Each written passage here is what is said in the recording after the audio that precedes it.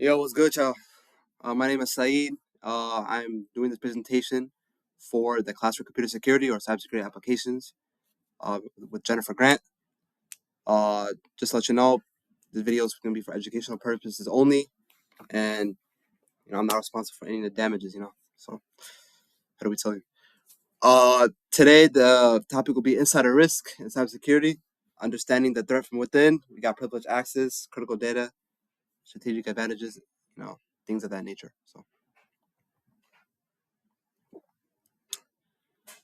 So what is an insider? An insider is broadly defined as anyone with authorized access to the organization's systems. This goes beyond just employees. It includes like contractors who might be working on a short-term business project, business partners connected to the network, and critically former employees whose credentials were never fully deactivated. Emphasize that the insider doesn't mean malicious per se. Many incidents are caused by well-meaning employees who make mistakes. The key factor is that all these individuals have like legitimate granted access, which makes them fundamentally different from like external attackers who must break it from the outside.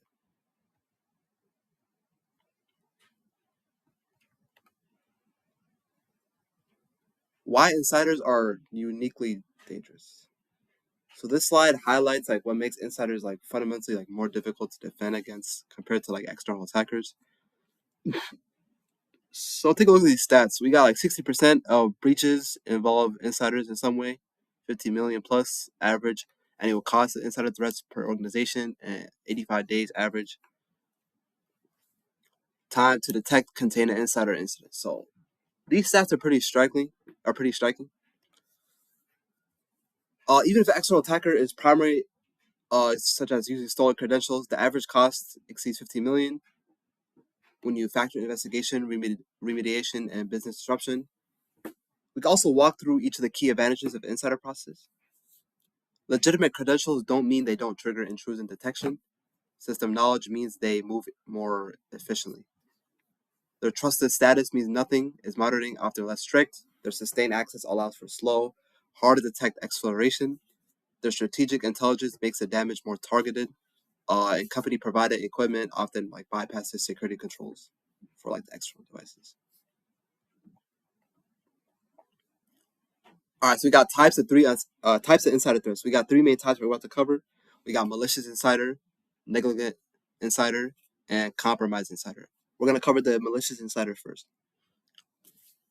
So when people think of malicious insider, they think of like the person with like the most like imagine, like most people imagine when they think of insider. Like, that's like the first. They think deliberately. They're often motivated by financial gain, selling data to competitors, revenge, disgruntled after demotion, and ideology. High-profile cases like Edward Snowden reveal that even like a highly vetted personnel can become threats. Next up, we got the negligent insider. This is actually the most common type. Roughly around 62% of incidents.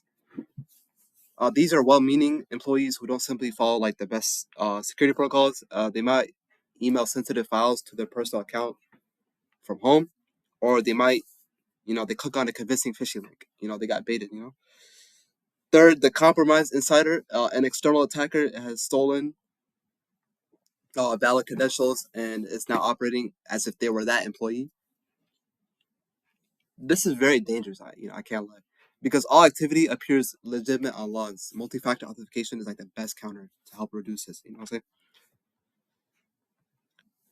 What insiders have access to? Oh, my bad. Sorry. This slide illustrates the breadth of what an insider can access and why it is very alarming. So let's start with the company provided technology. The organization itself issues devices and credentials, meaning the insider has tools that can carry the company's implicit trust. Protected data is a major concern. A single employee, such as like HR, finance, healthcare, can like access like hundreds of thousands of customer records. Critical infrastructure is also very dangerous as well in sectors like energy, healthcare, finance, things of that nature, where ICS SCADA systems control physical processes. Intellectual property theft is a common motive for malicious insiders. They may even take source code or designs to a new employer or competitor. Future strategic knowledge is powerful leverage for corporate espionage. And also finally, organizational intelligence helps both external and internal attackers understand who to target and how security is structured. So you can use the slide to help like audience appreciate like the damage potential, right? Our real world case studies. So real world case studies ground this topic in reality. Let's start with the Tesla 2018. Demonstrates a classic malicious insider. Someone who felt wrong, they decided to weaponize their access. They didn't even need hacking. They just need they had to use the tools that they had. Capital One is a powerful example of how insider knowledge can be exploited even after someone has left a role. The attacker understood cloud architecture from their time at AWS. Twitter 2020 shows how attackers don't even need compromised credentials. They can simply call employees and convince them to hand over access. There's also a technique called phishing as well. SolarWinds represents a sophisticated evolution that supply chain attack. Contractors and vendors with access to development pipelines are effectively insiders when compromised. Detecting insider threats. So detection is notoriously challenging with insider threats due to activity is also very indistinguishable. On the behavioral side, the key is establishing a baseline, what normal looks like for each user, and then flagging deviations. A salesperson downloading an entire customer database at 2 a.m. is very suspicious. A database administrator doing the same during business hours may not be. This indicates that listed here are common precursors that security teams look for. Detection technologies at UAB is arguably the most powerful modern tool. It uses machine learning to model normal user behavior and automatically surfaces anomalies. DLP is essential as well for catching data acceleration. SIEM platforms aggregate logs from access to organization to give security teams a single view.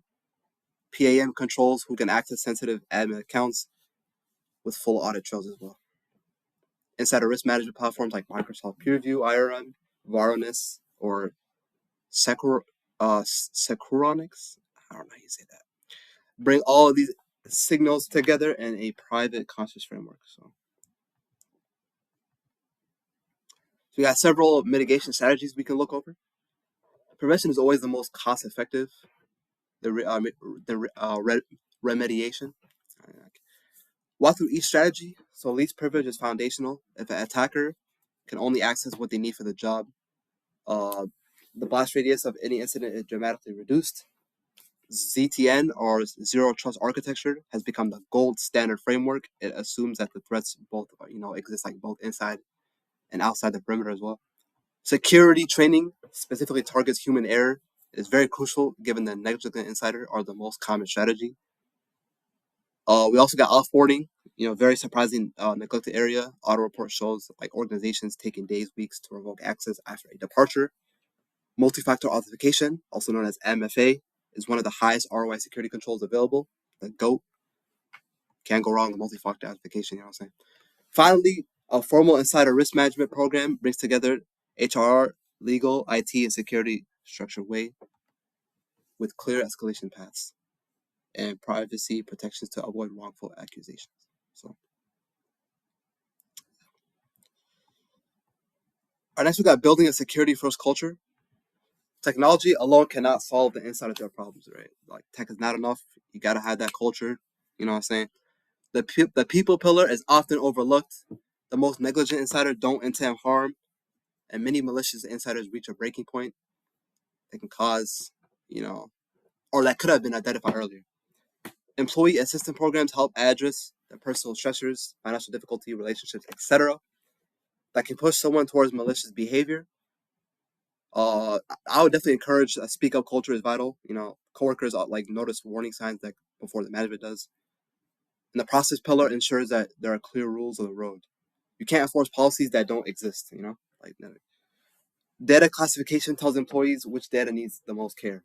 Regular access reviews often catch privilege creep, where employees accumulate permissions over time that they no longer need. So, all right. In conclusion, we got some key takeaways here. Let's recap some of the points that I made throughout the presentation. So, first point reinforces why topic matters. Insiders are a fundamentally different threat category.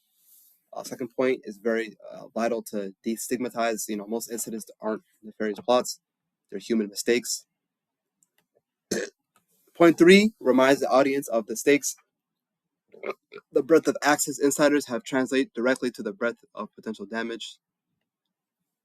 Points 4 and 5 give your audience accountable guidance, specific tools and strategies they can advocate to implement. And the last point, the lasting message, last but not least, sustainable security is a culture. Close by inviting questions and, if applicable, direct and audience resources, such as the CSA Insider Threat Mitigation Guide, the CERT Insider Threat Center, and the NITTF, National Insider Threat Task Force as well. Thank you for listening to this presentation, and I hope I can remind you guys, that awareness is very crucial when it comes to insider threats. Thank you, and have a good one.